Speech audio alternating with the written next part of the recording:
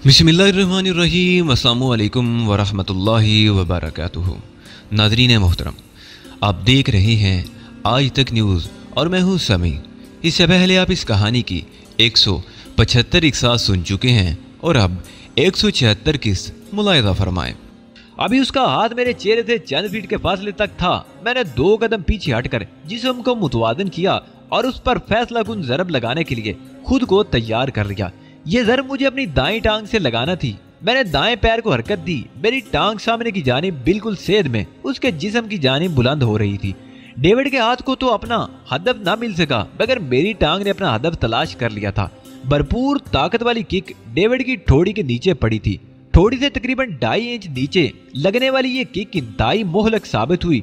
मेरे बूट की ठोकर ने उसकी सांस की नाली फाड़ दी थी। ज़रब मुकम्मल होते ही मैंने खुद को दाईं जानिब चौबी फर्श पर गिराया और फिसलता हुआ उससे दूर हो गया, वरना उसके हल्क से निकलने वाली खून की फवारें मुझे तरबतर कर देती। डेविड की आंखों में नाकाबिले यकीन हैरत के तासरात थे। उसके हल्क से खरखराहट के साथ धारों की सूरत में खून भी उबल रहा था। उसने अपना हल्क फटा होने के बावजूद गर्दन घुमाकर बड़ी बेयकीनी से मुझे फर्श पर फिसल कर दूर जाते देखा। इस मुकाबले के दौरान जो कुछ हुआ वो उसके लिए हद दर्जा नाकाबिले यकीन था। फिर डेविड के चेहरे पर तकलीफ के तासरात नमूदार हुए और उसके साथ ही उसके दोनों हाथ हल्क पर पहुंच गए। ये जिंदा रहने की एक नाकाम सी कोशिश थी। सांस की टूटी हुई नाली का राब्ता अब जोड़ा नहीं जा सकता था। खून बहने की रफ्तार बहुत तेज थी और यह सिलसिला रुकने वाला नहीं था। डेविड अपने पैरों पर खड़ा था मगर चंद ही लम्हों में उसकी सारी तवानाइयां जायल हो गई। सबसे पहले उसके घुटने खम हुए और आहिस्ता आहिस्ता जमीन पर टिक गए और उसके हालात पर चंद सेकंड रुकने के बाद उसके हाथ हल्क पर से हटकर बेजान से अंदाज में पहलुओं में झूल गए और फिर उसका जिस्म फर्श पर ढलक गया। वह एक तवील सांस लेकर उठ खड़ा हुआ और अपने कपड़े झाड़ने लगा। डेविड की रूह उसके जिस्म का साथ छोड़ चुकी थी और उसका जिस्म बुढ़ा तुड़ा पड़ा था। तुमने अपनी जिद का अंजाम देख लिया आंद्रे। गैलरी से मास्टर युआन की आवाज सुनाई दी। मैंने तुम्हें मना किया था मगर तुम नहीं माने। मास्टर युआन की आवाज हाल में गूंज रही थी। मैं दम साधे आंद्रे के जवाब का इंतजार कर रहा था मगर कोई आवाज न सुनाई दी। 3:15 बज रहे थे और मैं एयरपोर्ट पहुंचने की तरफ से मायूस हो चुका था। तब मैंने उम्मीद का दामन हाथ से नहीं छोड़ा था। मास्टर युआन मेरी तरफदारी कर रहा था और वो मेरे लिए डूबते को तिनके के सहारे के मानिंद था। बोलते क्यों नहीं आंद्रे, तुम्हें सांप क्यों सूंघ गया? मास्टर युआन ने तंजिया लहजे में कहा। स्पीकर से आंद्रे की खिनखारने की आवाज सुनाई दी। ये मुकाबला हरफ आखिर तो नहीं था मास्टर। आंद्रे की आवाज बर्राई हुई थी। क्या मतलब? हमारे पास आदमियों की कमी तो नहीं है। हम इसके मुकाबले में किसी और को भी तो ला सकते हैं। अब किससे मुकाबला कराओगे? युआन ने खुश्क लहजे में कहा। डेविड पर मैंने सबसे ज्यादा मेहनत की थी। मेरे शागिर्दों में वो सबसे अच्छा लड़ाका था। तुम खुद भी तो हो मास्टर। क्या तुम पागल हो गए हो आंद्रे? युआन ने झटकेदार आवाज में कहा। अगर तुम इस मुकाबले पर आ जाओ तो इसमें हर्ज ही क्या है? मैंने तुमसे पहले भी कहा था कि इसे छोड़ दो मगर तुमने मेरी बात नहीं सुनी। मैं तो किसी भी मुकाबले के खिलाफ था। मैं तुम्हारे गुरेज की वजह समझने से कासर हूँ। क्या मैं समझ लूं कि तुम इससे खौफजदा हो? नहीं आंद्रे, मास्टर युआन ने सरल लहजे में कहा। मास्टर ना तो किसी से खौफजदा होते हैं और ना ही बिला सुबब किसी के मुकाबले पर आते हैं। तुमने देखा नहीं इस शख्स डेनिस में ये दोनों खूबियां मौजूद हैं। क्या तुम ये कहना चाहते हो कि डेनिस भी कोई मास्टर है? मैंने सिर्फ ये कहा है कि इसमें मास्टर वाली खूबियां मौजूद हैं, लेकिन मैं इसे हर कीमत पर तस्कीर करना चाहता हूँ। ये मेरी आन का मसला बन गया है। जो जी चाहे करो, लेकिन अब मेरा कोई शागिर्द इसके मुकाबले पर नहीं आएगा और ये मेरा फैसला है। मैं सकते किसी आलम में था। समझ में नहीं आ रहा था कि हालात का ये ऊंट किस करवट बैठेगा। मुझे इन लोगों से मुकाबला करने में कोई तरद्दुद नहीं था। मैं इन सब से बैक वक्त लड़ने को भी तैयार था मगर इस वक्त मेरे लिए सबसे ज्यादा अहमियत वक्त की थी। अगर मेरे पास मोहलत होती तो मैं खुद आंद्रे से फरमाइश करता कि यके बाद दीगरे अपने आदमियों को मेरे मुकाबले में लाता रहे। मैं तमाम से बेतकान लड़ सकता था। जो शख्स सर पर कफन बांध कर निकला हो उसे किसी चीज की भला क्या परवाह हो सकती है। मैं भी एक ऐसा दीवाना परवाना था जिसने अपनी आंखों में बहुत से ख्वाब सजा लिए थे, जो आजाद फलस्तीन की शमा पर अपनी जान निशावर कर देना चाहता था। मेरे बाजुओं में अब भी इतनी जान थी कि 10-20 यहूदी मिलकर भी मेरा कुछ नहीं बिगाड़ सकते थे। मैं जब भी अपने हाथों से किसी यहूदी को सफ़े हस्ती से नीस्तो नाबूद करता था मेरे एतमाद में कुछ और ही इजाफा हो जाता था। लेकिन इस वक्त मैं बेयकीनी की सलीब पर लटका हुआ था। इस स्लीप पर लटकने के बावजूद मैंने उम्मीद का दामन हाथ से नहीं छोड़ा था और यही वजह थी कि मैं नहायत सब्र सुकून से इंतजार कर रहा था। उम्मीद की वो किरण भी दम तोड़ जाती तो मैं सब कुछ भूल के इन सब से भिड़ जाता, मगर अभी वक्त था सिर्फ 3:20 हुए थे। शीगुराए जाने वाली परवाज को 5 बजे रवाना होना था। लकी अवार्ड बेशक मेरा इंतजार कर रही होगी, मगर अब भी वक्त था। अगर यहाँ से जान छूट जाती तो मैं कोशिश करके एयरपोर्ट पहुंच ही सकता था। स्पीकर से आने वाली आंद्रे की आवाज मुझे ख्यालों की दुनिया से बाहर ले आई। ठीक है मास्टर, मैं तुम्हारी बात माने लेता हूँ। अक्लमंदी का तकादा भी यही है आंद्रे, युआन ने पुरसुकून अंदाज में कहा। तुम्हारा एक बेहतरीन आदमी नाकारा हो गया और एक जाया हो गया। तुम मेरे पास आओ, आंद्रे की आवाज आई। मैं 90 तुले कदमों से चलता हुआ दोबारा आंद्रे के ऑफिस में दाखिल हो गया। वो बहुत बुझा हुआ दिखाई दे रहा था और मुझे देखते ही बोला, तुम जा सकते हो डेनिस। शुक्रिया मोसियो आंद्रे, मैंने कहा। आपकी मेहमान नवाजी मुझे अरसे तक याद रहेगी। मुझ पर तंज मत करो डेनिस, तुम्हारे इनकार की वजह से नौबत यहाँ तक पहुंची, वरना मुझे तुमसे कोई अनाद नहीं था और ना है। बगैर अनाद के ये सलूक था तो खुदा न खास्ता कोई अनाद होता तो पता नहीं मेरा क्या असर होता। तुम जिंदा वापस नहीं जा सकते थे। मेरे ऑफिस में मौजूद किसी भी शख्स की जिंदगी फकत मेरी एक उंगली की एक जुम्बिश की मोहताज होती है। मुमकिन है मैंने बेपरवाही से शाने झटके और दरवाजे की जानिब बढ़ गया। ठहरो, अकब से आंद्रे की गुस्सीली आवाज आई। अब क्या है? मैं उसकी तरफ पलटा। तुम्हारे लहजे में बेयकीनी थी, शायद तुम्हें मेरी बात का यकीन नहीं आया। मैंने कोई जवाब नहीं दिया, बस खामोशी से उसे देखता रहा। मैं तुम्हें दिखाता हूँ, उसने कहा। तुम जिस जगह खड़े हो वहां से एक कदम बाईं जानिब हट जाओ। मैंने कुछ कहे बगैर उसके कहने पर अमल कर डाला। ये देखो, उसने कहा और उसके हाथ ने मेज के नीचे हरकत की। शायद उसने वहां पर नस्ब कोई बटन दबा दिया था।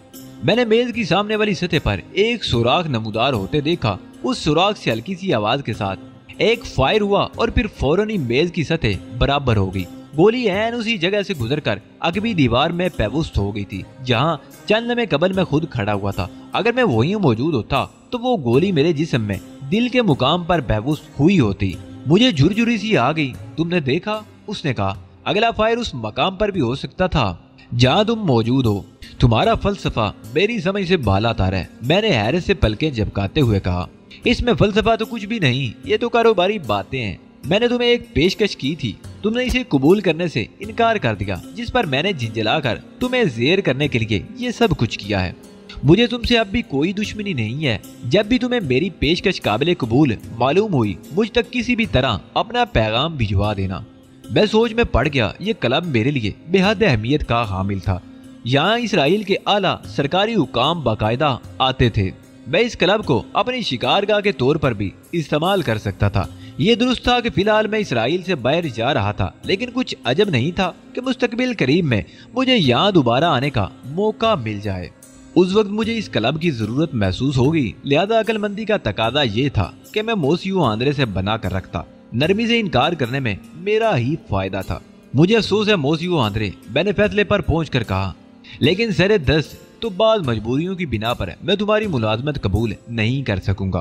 ताम मुस्तकबिल में जब भी कभी मुझे मौका मिला, ये जरूरत महसूस हुई, तो मैं तुमसे जरूर राब्ता कायम करूंगा। आंद्रे खिल उठा। मैं उस वक्त का इंतजार करूंगा। मैं आंद्रे से रुखसत होकर क्लब से बाहर निकल आया। मुझे किसी ने नहीं रोका। गालिबन आंद्रे ने अपने कमरे में बैठे बैठे मुतल्लिका अफराद को हदायत कर दी होगी कि मुझे कुछ न कहा जाए। आंद्रे ने जदीद तरीन सहूलतों से फायदा उठाते हुए अपने क्लब को बेहद तरक्की याफ्ता साजो सामान से लैस कर रखा था। मेरा अंदाजा था कि क्लब का कोई भी गोशा खुफिया तौर पर नस्ब टेलीविजन कैमरों की आंख से महफूज नहीं था। आंद्रे अपने कमरे में बैठे बैठे सिर्फ बटन दबाकर क्लब के मतलूबा हिस्से में होने वाली नकलो हरकत भी देख सकता था और आवाजें भी सुन सकता था। चूंकि क्लब का वक्त खत्म हो चुका था, इसलिए टैक्सी क्लब के कंपाउंड से बाहर सड़क पर पार्क थी। टैक्सी ड्राइवर बैठा ऊँग रहा था। मुझे देखते ही वो अलर्ट हो गया। अब कहाँ चलना है साहब? उसने आंखें मलते हुए मुझसे पूछा। एयरपोर्ट चलो, मैंने उससे कहा और घड़ी पर निगाह डाली जो 3:30 बजने का ऐलान कर रही थी। एयरपोर्ट शहर से बाहर और इस क्लब से 20 मील के फासले पर था, मगर रात की इस पहर जब सड़कें सुनसान पड़ी हूँ, वहां तक पहुंचने में 20 मिनट से ज्यादा वक्त नहीं लग सकता था। गोया मैं लेट तो हुआ था, मगर इतना लेट नहीं हुआ था कि जहाज न पकड़ सकता। मैंने अपनी मुजरिबाना कैफियत को ज़हन से झटकने की कोशिश करते हुए आंखें बंद की और टैक्सी की नशिस्तगाह की पुश्त पर सर टिका लिया। लेकिन आंखें बंद कर लेने से ख्याल कभी पीछा छोड़ते हैं।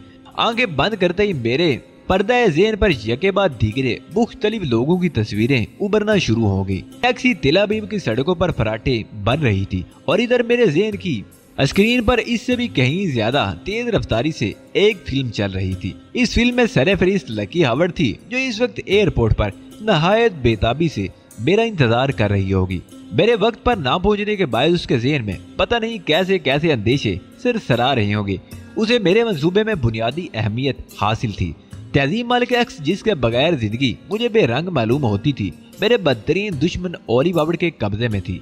तहजीब को ओलिव हावर्ड के चुंगल से छुड़ाने के लिए मैंने उसकी बेटी लकी हावर्ड पर जाल फेंका था और अब बस मुझे ओलिव हावर्ड तक पहुंचने की देर थी। देखना यह था कि उस पर यह खबर किस तरह असरअंदाज होती है कि उसकी बेटी मेरे पास यरगमाल है, और ये है कि वो अपनी बेटी के इवज तहजीब को छोड़ने के लिए तैयार होता है या नहीं। उसके तैयार ना होने के इम्कानात ना होने के बराबर थे। ज़हन की स्क्रीन पर चलने वाली इस फिल्म का दूसरा किरदार लिली आंद्रे थी। मैंने उससे वादा किया था कि क्लब से निकलते ही फोन करके उसे मुतला करूंगा कि उसके डैडी से मेरी क्या बातचीत हुई। यकीनन इस वक्त लिली मेरे फोन के इंतजार में जाग रही होगी। लिली जो इत्फाकन मुझसे टकरा गई थी और शुरू में मैंने उसे नजरअंदाज भी किया था, मगर बाद में साबित हुआ कि उसे नजरअंदाज करना मेरी जबरदस्त गलती थी, क्योंकि वो तो बेहद कारामद लड़की थी। उसी के जरिए तेल अवीव के अहम तरीन क्लब तक मेरी रसाई हो सकी थी। कहने को तो वो यहूदी थी, मगर अपने आला ख्यालात के बायस वो मुझ जैसे इसराइल और यहूदी लाबी के दुश्मन के दिल में अपना घर कर गई थी। मैं यकीन से नहीं कह सकता था कि इस अफरा तफरी में मुझे उसे फोन करने का मौका भी मिल सकेगा या नहीं। मैंने ना तो उसे और ना ही लकी हावर्ड को न सिर्फ अपना पता बताया, बल्कि मैंने अपना फोन नंबर तक उन्हें नहीं दिया था। अगर मुझे फोन करने का मौका मिल सका तो लिली आंद्रे को शायद कभी ये पता नहीं चल पाएगा कि मेरे और उसके डैडी के दरमियान क्या बातचीत हुई। खुदा जाने वो कब तक मेरे फोन का इंतजार करती रहेगी और फोन न कर सकने पर मेरे बारे में क्या क्या सोचेगी। मेरा दिल उसके लिए हमदर्दी के जज्बात से लबरेज हो गया। ऐसी बेघर लड़की को नजरअंदाज कर देना मेरे बस से बाहर था। मैंने तैयार कर लिया कि अगर तेल अवीव से मौका ना मिल सका तो शीग और राय से ट्रंक कॉल करके उसे मुतला कर दूंगा। इस फिल्म का तीसरा अहम किरदार डेनिस पॉल गोल्डे था, जिसके घर में रहकर मैंने ओलिव हावर्ड के खिलाफ तेल अवीव में अपना काम किया था। वो डेनिस पॉल गोल्डे, जो इस वक्त गोल्टे हिल के सरबरा जनरल टेरेस की कैद में मुंतजिर होगा कि मैं कब वहां वापस पहुंचूंगा, तब जाकर उसे रिहाई मिलेगी। दफादन टैक्सी की रफ्तार सुस्त हो गई, शायद एयरपोर्ट आ गया। मैंने चौंक कर आंखें खोल दी। मैं अपनी निगाहों के सामने एयरपोर्ट बिल्डिंग की तवक्को कर रहा था, मगर वहां तो चारों तरफ गहरी तारीकी मुसल्लत थी। मुझे जल्दी पहुंचना है और तुमने गाड़ी की रफ्तार ही सुस्त कर दी। मैंने ड्राइवर से कहा, आगे वाली गाड़ी की रफ्तार सुस्त हो गई है जनाब। ड्राइवर ने जवाब दिया, तू उसे ओवरटेक कर लो। वो रास्ता देने के लिए तैयार ही नहीं जनाब, ड्राइवर ने बर्राई हुई आवाज में कहा। मेरे कान खड़े हो गए। मैंने सामने सड़क पर नजर डाली। सामने टैक्सी की हेडलाइट्स में सुर्ख रंग की एक कार नजर आ रही थी। मैंने पलटकर पिछले शीशे से बाहर देखा। अकब में खासे फासले पर नजदीक आती हुई किसी गाड़ी की हेडलाइट्स चमक रही थी। टैक्सी की रफ्तार बतदरीज सुस्त से सुस्तर होती चली जा रही थी। मैंने सामने देखा, अगली कार मुसलसल टैक्सी पर दबाव डाल रही थी, जिसके बायस टैक्सी को भी सुस्त रवि पर मजबूर होना पड़ गया। मुझे याद आया कि यही सुर्ख कार क्लब के बाहर टैक्सी के नजदीक ही मौजूद थी, मगर उस वक्त मैंने इस कार की वहां मौजूदगी को अहमियत नहीं दी थी। अब मुझे एहसास हो रहा था कि मुझे घेरने की कोशिश की जा रही है। इस बात का कम इम्कान था कि अगली कार में अगली कार वालों के साथी होंगे। मैं टैक्सी की सीट पर संभल कर बैठ गया। मेरे ज़हन में खतरे की घंटियां बजना शुरू हो गई थी। तेल अवीव में तो मैं डेनिस पॉल गोल्डे था। अगर अली यार खान की हैसियत में होता तो ये अंदाजा लगाने में दुश्वारी होती कि मुझे घेरने की कोशिश करने वाले कौन लोग हैं। अली यार खान के गिन दुश्मन थे, लेकिन सवाल ये था कि डेनिस पॉल गोल्डे का कौन दुश्मन निकल आया। इस सवाल का एक ही इम्कानी जवाब मेरी समझ में आ रहा था। वो यकीनन वो लोग थे जिन्हें मैंने जुए की मेज पर हराया था। वो बदमाश सिर्फ लोग थे और शायद अपने दीगर साथियों समेत मुझे घेर कर मुझसे वो रकम हासिल करना चाहते थे जो मैंने उनसे जीती थी। वो लोग यकीनन इस बात से बेखबर थे कि उनके मालिक से मेरी मुलाकात हो चुकी है, वरना वो कभी मेरे मुंह आने की जुर्रत न करते।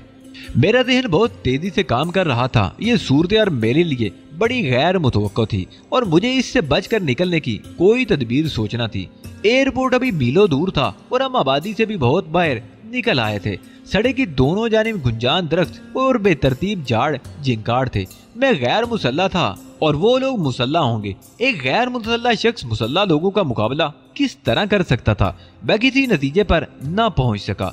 अगली कार बड़ी तेजी से टैक्सी के करीब आती जा रही थी। दूसरी तरफ अगली कार की रफ्तार भी बहुत कम हो गई थी और फिर अगली कार रुक गई और उसके साथ ही टैक्सी भी रुक गई। अगली कार से दो अफराद बड़ी जल्दी से उतरे। उनके हाथों में रिवाल्वर मौजूद थे। टैक्सी अगली कार की हेडलाइट्स की रोशनी में नहाई हुई थी। मैं दम साधे उन लोगों के अगले इकदाम का मुंतजिर था। दोनों रिवाल्वर बदस्त अफराद टैक्सी के नजदीक आए और उन्होंने टैक्सी से उतरने का हुक्म दिया। मैंने बेचू चरा उनके हुक्म पर अमल कर दिया। हाथ ऊपर उठाओ, उनमें से एक ने डपट कर कहा। मेरे पास कोई हथियार नहीं है। मैंने उनसे कहा, बकवास मत करो, जो कुछ कहा जाए उस पर खामोशी से अमल करो। मैंने हाथ उठा दिए। पिछली कार से 3 अफराद उतरे थे और वो तीनों भी मुसल्ला थे, जबकि अगली कार में अभी मजीद 2 अफराद और भी थे। दोनों कारों के ड्राइवर अलग थे।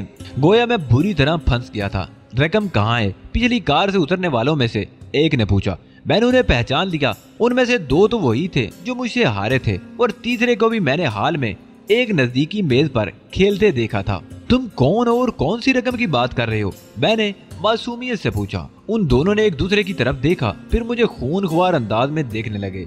वही जो तुमने हमसे जीती है। लेकिन वो रकम तो मेरी है, तुम मुझसे वो रकम क्यों मांग रहे हो? मैं उलझन अमेज लहजे में बोला, तुमने वो बेईमानी से रकम जीती है। हमसे बेईमानी करके कोई जा नहीं सकता। सीधी तरह रकम निकाल दो। अगर मेरे पास रकम मौजूद होती तो जरूर तुम्हारे हवाले कर देता, लेकिन यकीन करो रकम मेरे पास नहीं है। ये कैसे मुमकिन है? तुम तो क्लब से निकल कर आ रहे हो। नहीं, तुम झूठ बोल रहे हो। रकम तुम्हारे ही पास है। मेरी जानिब 5 रिवाल्वर उठे हुए थे, लेकिन मेरे ज़हन में खौफ का शायबा तक नहीं था। नहीं यकीन करते तो मत करो। मैंने बेपरवाही से शाने झटके। अगर रकम तुम्हारे पास नहीं है तो फिर कहाँ गई? तीसरे शख्स ने मुझे घूरा। मेरे साथ जो लड़की थी उसे दे दी। मैंने उनसे कहा, उसके बारे में तो मालूम हुआ है कि वो बास की बेटी है, और मेरे बारे में तुम्हें कुछ नहीं मालूम हुआ। तुम लोग मुझे नहीं जानते। तुम्हारे बारे में भी मालूम हुआ है तुम्हारा क्लब से कोई ताल्लुक नहीं। आज तुम पहली बार क्लब में नजर आए हो। तुम लोगों की मालूमात बहुत पुरानी और फरसूदा हैं। ताज़ा तरीन बात यह है कि मोसियो आंद्रे ने क्लब के लिए मेरी खिदमात हासिल कर ली हैं। अब मैं क्लब का बाकायदा मुलाजम हूँ। मैंने नहायत इत्मीनान से कहा। एक लम्हे के लिए यूं महसूस हुआ जैसे उन सब को सांप सूंघ गया हो। मेरा झूठ उनके असाब पर बम के धमाके की तरह असरअंदाज हुआ था, मगर ये सूरत ज्यादा देर बरकरार नहीं रह सकी। उनमें से एक ने चीख कर कहा, इसकी बातों में मत आना, ये झूठ बोल रहा है। तुम ठीक कह रहे हो। एक और ने उसकी तायद की। इसकी तलाशी लो, अभी इसका पोल खुल जाएगा। अगर रकम इसके पास से बरामद हुई तो साबित हो जाएगा कि ये झूठ बोल रहा है। अभी अभी इसने कहा है कि रकम इसके पास नहीं है। मेरे ख्याल में तो इसे ठिकाने लगा दो, तलाशी बाद में ही होती रहेगी। उनमें से एक और ने तजवीज पेश की। नहीं, पहले इसकी तलाशी लेना जरूरी है ताकि सच और झूठ का अंदाजा हो सके। मुमकिन है ये सच बोल रहा हो। चौथा शख्स बोला। जरा सी तकरार के बाद उनके दरमियान तय हुआ कि पहले मेरी तलाशी ली जाए, बाद का फैसला बाद में होगा। उनमें से एक मेरी तलाशी लेने के लिए मेरी तरफ बढ़ा। मैंने खुद को हरकत में आने के लिए पूरी तरह तैयार कर लिया। रकम मेरे पास मौजूद थी और तलाशी के नतीजे में रकम बरामद हो जाती, और ये अंदाजा करना मुश्किल नहीं था कि रकम बरामद होने के बाद वो लोग मेरे साथ जरा भी रियायत न बरतते और मुतफिका तौर पर मुझे मार डालने का फैसला करते।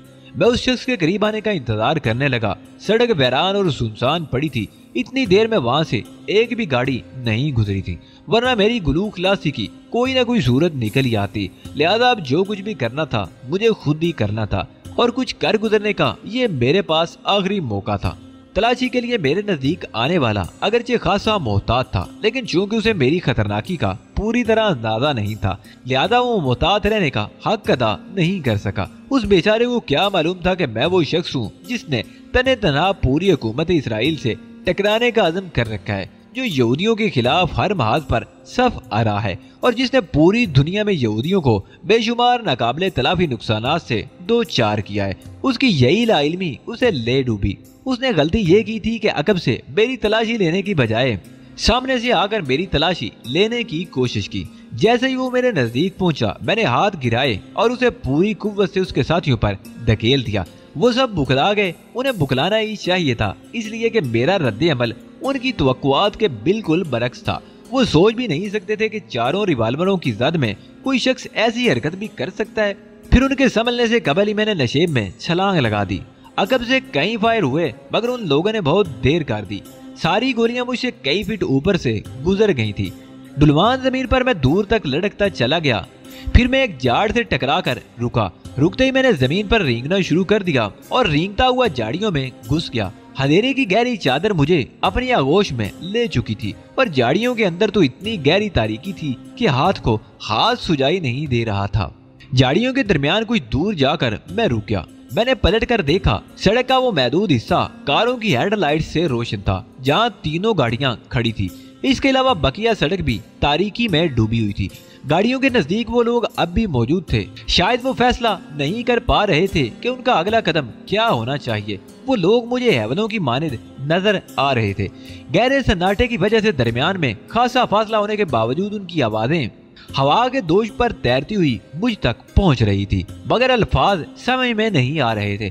उनके दरमियान बहस जारी थी। अगली कार में बैठे हुए 2 अफराद भी अपने साथियों से आ मिले। इस तरह सड़क पर कुल 7 अफराद मौजूद थे। दोनों कारों के ड्राइवर नीचे नहीं उतर रहे थे। कुछ देर बाद वो लोग किसी नतीजे पर पहुंच गए। उनमें से एक शख्स ने टैक्सी के करीब जाकर ड्राइवर से कुछ कहा, जिसके बाद मैंने टैक्सी को स्टार्ट होते और यू टर्न लेकर शहर की सिमत रवाना होते देखा। मैं ये जाने कैफियत का शिकार हो रहा था। सुबह के 4 बज रहे थे और यहाँ से फौरी तौर पर निकलना नामुमकिन नजर आ रहा था।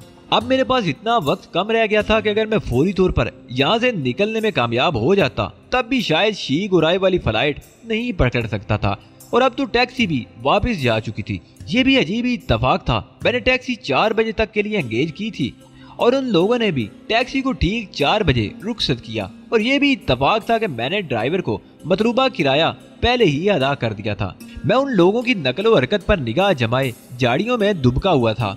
मेरे दिल में इस बात का भी अंदेशा था कि सांप या बिच्छू मुझे ऐसा जहरीला कोई कीड़ा भी काट सकता था, मगर ये वो मुश्किल थी जिसका मेरे पास कोई हल नहीं था। मैं ये खतरा मोल लेने के लिए अब तैयार था। टैक्सी वापस भेजने के बाद उनमें से 2 अफराद सड़क पर आकर रुक गए थे, जबकि बकिया 5 अफराद सड़क से नीचे उतरने लगे थे। उन्होंने कारों में से टार्चें निकाल ली थी, लेकिन इत्तेफाक से उन्हें 2 ही टार्चें मिल सकी थी। उन्होंने मुझे तलाश करने का फैसला किया। उनका ये फैसला मेरे लिए हैरान कुन था, इसलिए जिस रकम के लिए वो लोग इतनी दर्द सरी मोल ले रहे थे वो बहुत ज्यादा नहीं थी। ऐसे में इसके अलावा और क्या सोचा जा सकता था कि आंद्रे की तरह इन लोगों ने भी इसे अपनी अदा का मसला बना लिया था। मैं ये देखकर मुतमईन था कि उन लोगों के पास सिर्फ 2 टार्चें हैं। 2 टार्चों के साथ वो मुझे ज्यादा वसी रकबे में तलाश नहीं कर सकते थे, लेकिन दफअतन मेरा इत्मीनान तशवीश में तब्दील हो गया।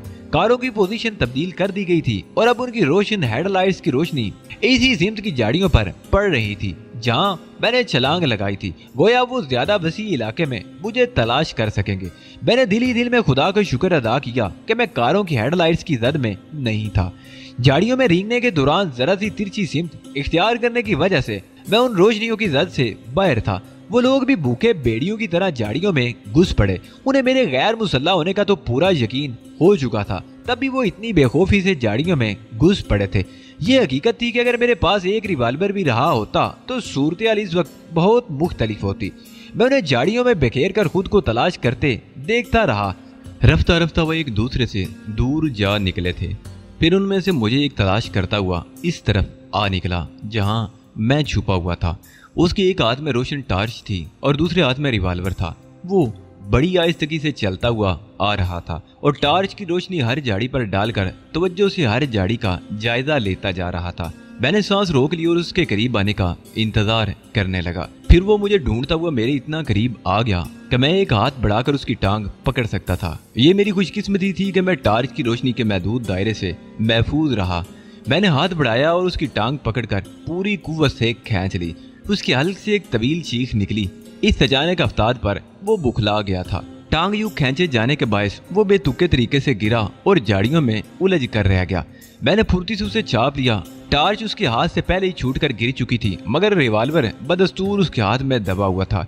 ये और बात है कि उसे रिवाल्वर चलाने का होश ही ना रह गया हो। मैंने एक हाथ से उसका रिवॉल्वर वाला हाथ काबू में किया और दूसरा हाथ उसके गले पर जमा दिया। मेरे हाथ की मजबूत गिरफ्त पर वो बुरी तरह मचला और फिर ये जान कर कि वो यूं आसानी से मुझसे अपना गला नहीं छुड़ा सकेगा, उसने रिवॉल्वर छोड़ दिया। उसके रिवॉल्वर छोड़ते ही मैंने भी उसका हाथ छोड़ा और दूसरा हाथ भी उसके गले पर जमा दिया।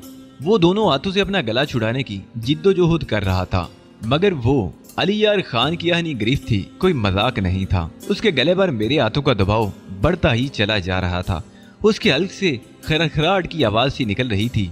बिलाखिर उसकी मुदाफित दम तोड़ गई। मैंने उसकी गर्दन को आखिरी झटका दिया और फिर उसे छोड़कर उठ खड़ा हुआ। उसकी रोशन टार्च मैंने बुझा दी थी और अब उसका रिवॉल्वर मेरे हाथ में था। उसके साथियों ने उसकी चीख सुन ली थी और अब उन सब का रुख मेरी ही सिमत था। मैंने दौड़कर एक करीबी दरख्त के तने के अकब में पोजीशन संभाल ली। वो लोग आगे पीछे मेरी तरफ बढ़ते चले आ रहे थे।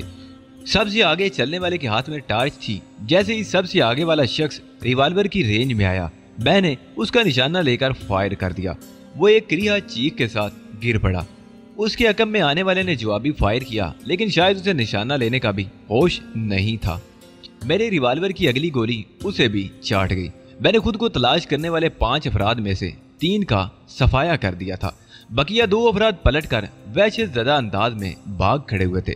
मैं खामोशी से उन्हें देखता रहा। वो सीधे सड़क पर जाकर रुके। अपने साथियों के पास पहुंचकर उन्होंने अपने साथियों से कुछ कहा, जिसके बाद मैंने उन्हें बड़ी अफरा तफरी के आलम में कारों में बैठकर फरार होते देखा। मैं एक तवील सांस लेकर सड़क की तरफ चल दिया। मेरी हालत उस जवारी की सी थी जो एक ही दाव में अपनी उम्र भर की पूंजी हार गया हो। सड़क पर पहुंचकर मैंने अपने कपड़े मुमकिन हद तक झाड़कर साफ किए और बालों में कंघी की। रिवॉल्वर मुखालिफ सिमत की झाड़ियों में उछालकर मैं एयरपोर्ट की सिमत पैदल ही चल पड़ा। 4:45 बज चुके थे। एयरपोर्ट जाने का अब इसके सिवा और कोई फायदा नहीं रह गया था कि वहां से मुझे शहर वापस जाने के लिए कोई टैक्सी मिल सकती थी। मुझे एयरपोर्ट की जानिब चलते हुए कोई 15 मिनट हुए होंगे जब मैंने पहली गाड़ी देखी। वो गाड़ी कोई कार थी और एयरपोर्ट की तरफ से आ रही थी। मेरा जी चाहा कि उससे लिफ्ट लूं, मगर मैं इस ख्याल के तहत खामोश रह गया कि कहीं इससे कोई और मुसीबत ना खड़ी हो जाए। सामने से आने वाली गाड़ी मेरे बराबर से गुजरी तो मैंने देखा कि वो कोई कार नहीं बल्कि एक टैक्सी थी और खाली नहीं थी। टैक्सी की पिछली नशिस्त पर कोई मुसाफिर बैठा था। टैक्सी कुछ ही दूर गई होगी कि मैंने ब्रेक लगने की जोरदार आवाज सुनी। मैं चौंक कर रुका और पलटकर पीछे देखने लगा। टैक्सी न सिर्फ रुकी थी बल्कि अब रिवर्स गियर में वापस आ रही थी। मैं अलर्ट हो गया और खुद को किसी नई अवतार के लिए तैयार करने लगा। टैक्सी मेरे करीब आकर रुक गई। तुम यहाँ कहाँ घूम रहे हो? टैक्सी की अकबी खिड़की से सर बाहर निकालकर मुझे मुखातब करने वाली लक्की हावड़ थी। तुम में जरा भर इंसानियत नहीं है डेनिस। मैं एयरपोर्ट पर 2 घंटे तुम्हारा इंतजार करती रही हूँ। उसके लहजे में बेहद नाराजगी थी, मगर मैं उसे मना सकता था। तुम देख रही हो मैं पैदल एयरपोर्ट की तरफ जा रहा हूँ। मैंने कहा आओ टैक्सी में बैठो। वो दूसरी तरफ खिसकती हुई बोली फ्लाइट तो निकल चुकी है। मैं दरवाजा खोलकर उसके बराबर बैठ गया। टैक्सी चल पड़ी थी। खैरियत तो है? तुम कहाँ रह गए थे? उसने तशवीश से पूछा। मैं एक मुश्किल में फंस गया था। लंबी कहानी है। क्या टैक्सी में ही सुनोगी? नहीं। वो मेरे नजदीक होते हुए बोली मुझे किसी कहानी से कोई दिलचस्पी नहीं। मेरे लिए इतना ही काफी है कि तुम खैरियत से मुझे मिल गए हो। उसने मेरा हाथ अपने हाथों में ले लिया। मैं बहुत बेताब था मेरी जान। मैंने उसका हाथ होले होले सहलाते हुए कहा मेरा बस नहीं चल रहा था कि किस तरह उड़कर तुम तक पहुंच जाऊं। और मैंने जो क़यामत के 2 घंटे गुजारे हैं, वो निहायत गुस्से से बोली। मुझे एहसास है मेरी जान। मैं उसकी जुल्फों से खेलने लगा, मगर मैं इस तरह फंस गया था कि बावजूद इंतहाई कोशिश के ना निकल सका। जो हो गया उसे भूल जाओ। उसने अपना सर मेरे कंधे पर टिका लिया। लकी ये टैक्सी है, तुम्हारी आरामगाह नहीं है। मैंने सरगोशी में उसे तंबीह की। ओह माफ करना, वो खिसियानी सी होगी। तुम्हें देखकर पता नहीं क्यों मैं खुद पर काबू नहीं रख पाती। उसने धीमे से लहजे में कहा मेरी भी हालत तुमसे मुख्तलिफ नहीं होती। मैंने होले से उसका गाल थपथपाया। लेकिन तुम मेरे ज़बत को दाद नहीं दोगी? मालूम नहीं कि क्यों मुझे लगता है जैसे तुम मुझे बहलावा देते हो। वो उदास लहजे में बोली। ऐसा ना कहो। मैंने अपने लहजे में तड़प पैदा करते हुए कहा तुम्हारी बेयकीनी मुझे हिला कर रख देती है। यूं मेरी तौहीन मत किया करो। काश ये बात सच हो। वो मुझसे लिपट गई। 100% सच है मेरी जान। मैंने उसे खुद से नरमी से अलहदा करते हुए कहा। घर पहुंचकर वो मुझे सीधी आरामगाह में ले गई। मैं बहुत थक गई हूँ। उसने सोफे पर गिरते हुए कहा थक तो मैं भी गया हूँ। तो तुम भी बैठ जाओ ना, उसने कहा और सोफे पर जरा सा खिसक कर मेरे लिए जगह बना दी। आ जाओ। उसने एक कातल मुस्कुराहट के साथ मुझे दावत दी। मैं बौखला गया। मुझे मालूम था कि उसकी बात मानकर मैं कितनी मुसीबत में फंस जाऊंगा। मेरे लिए ये कुर्सी ठीक है, मैंने एक कुर्सी की तरफ बढ़ते हुए कहा। तुम मुझसे गुरेज करती हो? वो यक ब यक अफसुर्दा हो गई। शायद मुझे बुरी लड़की समझते हो। ये बात नहीं है तो फिर तुम्हारा गुरेज क्या है? क्या मैनी रखता है? वो बिफर गई। इसलिए तो मैं कहती हूँ कि तुम्हें मुझसे मोहब्बत नहीं है, सिर्फ जबानी दावे करते हो। मैं कुर्सी से उठ खड़ा हुआ क्योंकि बात बिगड़ गई थी और अब उसे मुतमईन करना बेहद जरूरी था। मैं आहिस्तगी से चलता हुआ उसके नजदीक गया और उसके पास सोफे पर बैठ गया। तुम में ये बहुत बुरी आदत है कि तुम बहुत जल्द नाराज हो जाती हो, मैंने उसका हुसीन मुलायम चेहरा अपने हाथों के प्याले में लेकर कहा। लेकिन दूसरे का नुक्ता नजर समझने की कोशिश भी किया करो। जो कुछ मैं देख रही हूँ उसके बाद कुछ समझने की गुंजाइश ही नहीं रह जाती। उसने मेरे हाथ झटक दिए। क्या मैं ये समझ लूं कि दुनिया में कोई भी ऐसा नहीं जो मेरी बात समझ सके? मैंने निहायत गमज़दा अंदाज में कहा। कोई किसी की बात नहीं समझता। तुम ही कौन सा मेरी बात समझने के लिए तैयार हो? वो चमक कर बोली। तुम ठीक कह रही हो, सब अपनी अपनी बोलियां बोलते हैं। दीवाना भी अपने सिवा सबको दीवाना समझता है।